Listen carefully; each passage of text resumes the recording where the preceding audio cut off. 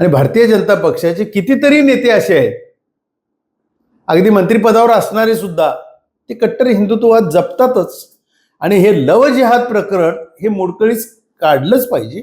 आणि ते काढण्यासाठी जर का पडळकर पुढे येत असतील तर राज्यातले सगळे संत महंत का स्वागत करणार नाही? आता त्यांचं स्वागत जोरदार व्हायला लागलंय. आणि हे सगळ्या संत महंतांची ताकद पडळकरांच्या मागे आली तर राज्यात एक प्रकारचं वेगळं नेतृत्व, हिंदुत्ववादी नेतृत्व म्हणून पडळकर पुढे येतील. जसं योगी उत्तर प्रदेशमध्ये आले, ते मुळातच संत आहेत, महंत तर आहेतच. तर आता सगळे कथावाचक सुद्धा बोलू लागलेत ना, गोपीचंद पडळकरांच्या भूमिकेचं ते समर्थन करतायत सगळेजण आज.